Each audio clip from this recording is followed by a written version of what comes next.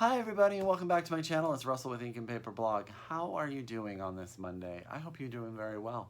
I hope you guys had an amazing weekend. I had a fantastic weekend. This weekend I spent it in San Francisco as a member of the Readers Retreat. As many of you probably know, The Readers is a podcast that is put on by Simon Savage and Thomas Huddlestock. And for the first time ever, they brought a group of people together in a city to do all sorts of bookish things. So there were about 20 of us, and we went on a tour of the San Francisco Library's rare book collection. Some people went to museums together, lots of book shopping, lots of book talk. We were involved in some podcast recordings, and I got to meet the very famous Simon Savage, and it was amazing to finally see him in person, having known him all this time.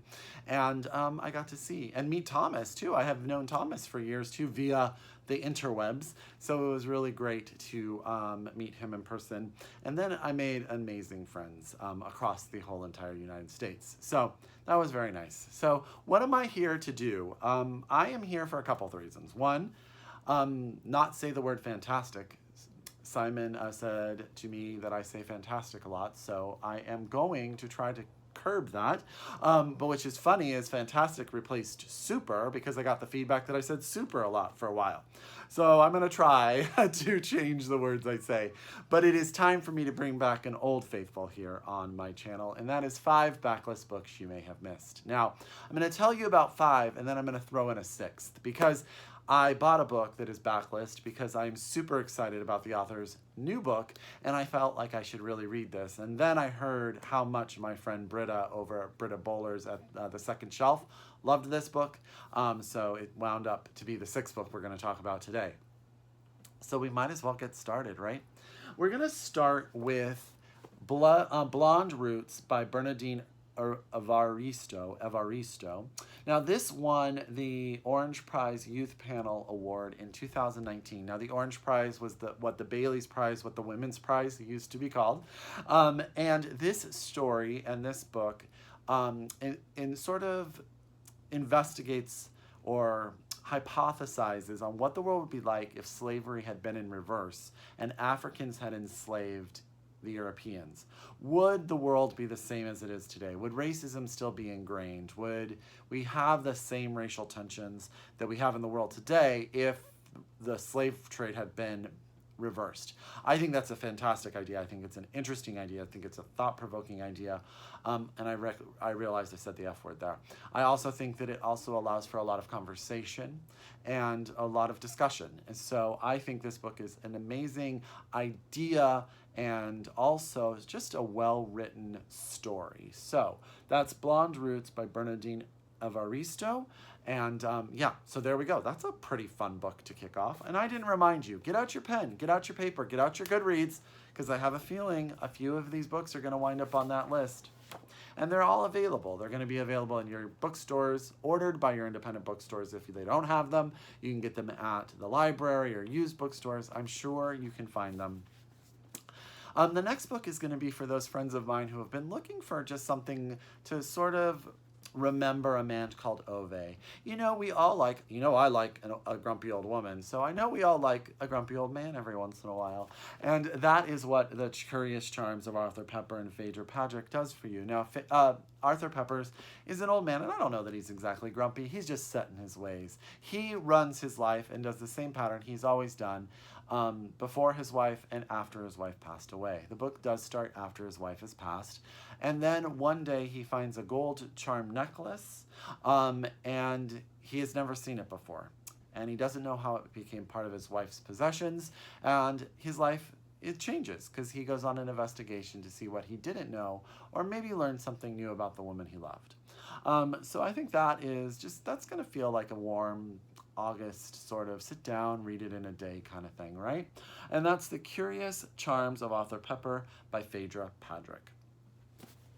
The next book I'm going to tell you about is by an author that we've all talked a lot about lately, and that's Kamila Shamsie. Now, Home Fire was everywhere for a while, and rightly so. That book is brilliant. If you haven't read it, I highly recommend it. The audiobook is amazing, but it reminded me that she has written a lot of really good books, and one of them is Burnt Shadows, which was also shortlisted for the Orange Prize randomly in the same year that the other book won the prize.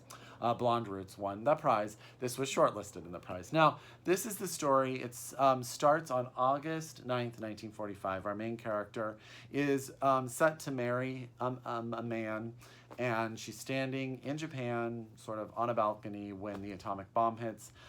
She is not killed, but she is affected. And the book turns up 2 years later. She has gone to India to meet and get in touch with the family of the man that she was going to marry. She falls in love with the family's employee, and then it's basically her life in different places and how life changes, but it's still haunted by World War II and the atomic bomb. And it says, but the shadows of history, personal, political, are cast over the entwined worlds of the different families as they are transported from Pakistan to New York and to Afghanistan in the wake of 9/11.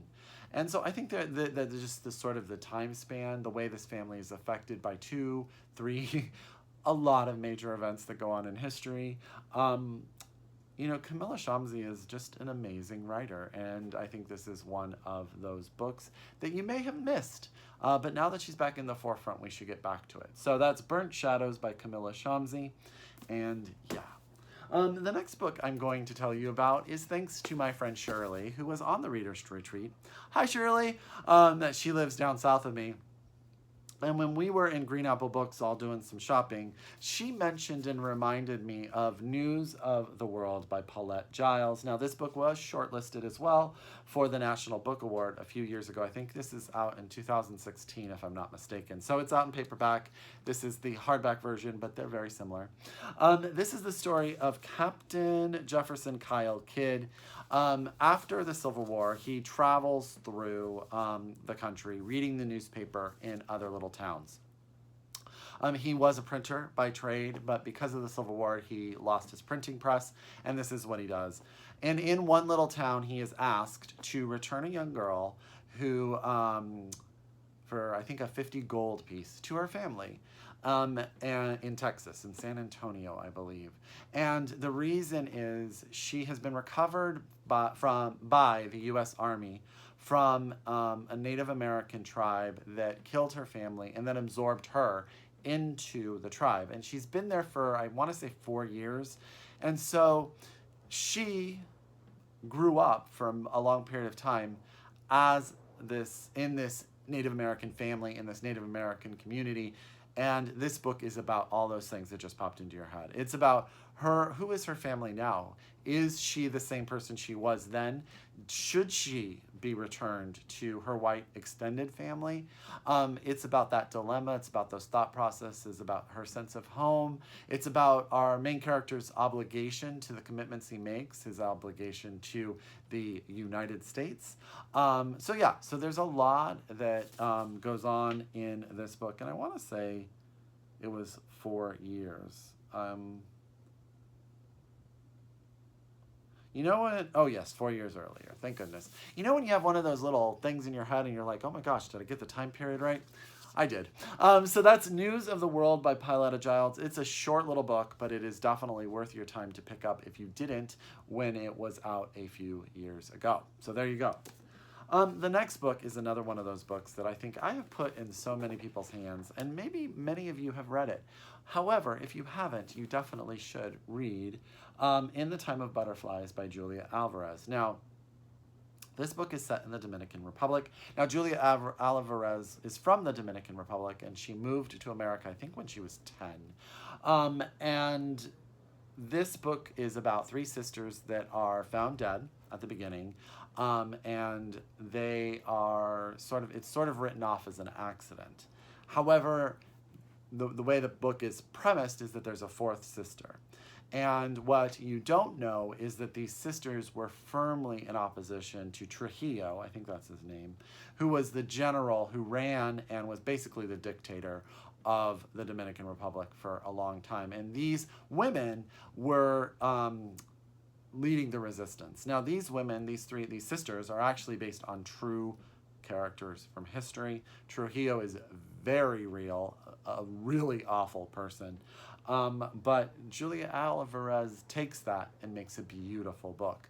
And it, you know, it's fiction, but it's going to teach you a bit about history as well. I feel like we all could learn more about countries like the Dominican Republic. So, highly, highly recommend In the Time of Butterflies by Julia Alvarez. Now we get to that sixth book I was telling you about.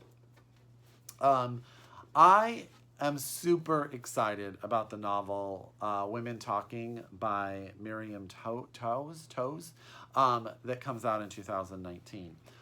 And I cannot wait. I've heard the people who have read it, it's already out in Canada, so some of my BookTube friends have read it, raved about it.